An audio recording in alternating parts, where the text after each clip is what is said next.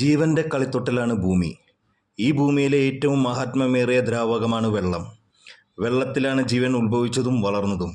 പിന്നീട് കരയിലേക്ക് കയറി ജീവനെ പാലൂട്ടി വളർത്തിയതും നിലനിർത്തുകയും ചെയ്തത് ഈ വെള്ളം തന്നെയാണ്.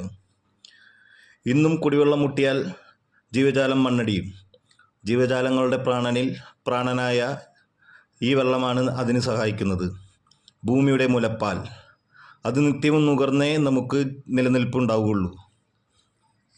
ഭൂമിയിൽ 137 കോടി ക്യൂബിക് കിലോമീറ്റർ വെള്ളമുണ്ടെന്നാണ് കണക്കാക്കിയിരിക്കുന്നത്. ചണ്ടാല ഭിക്ഷുകിയിൽ ആശാനും സാഗരഗീതത്തിൽ ജിയും മഴത്തുള്ളിയിൽ ഉള്ളൂരും കറുകണ്ട കർഷകനിൽ വള്ളത്തോളും വെള്ളത്തെ നന്നായി വാഴ്ത്തിയിരിക്കുന്നു. അപ്പോൾ ഇതാണ് ഭൂമിയുടെ മുലപ്പാൽ, വെള്ളം. പാഴാക്കരുത്. വീഡിയോ ഇഷ്ടമായാൽ ലൈക്ക്, സബ്സ്ക്രൈബ്, ഷെയർ.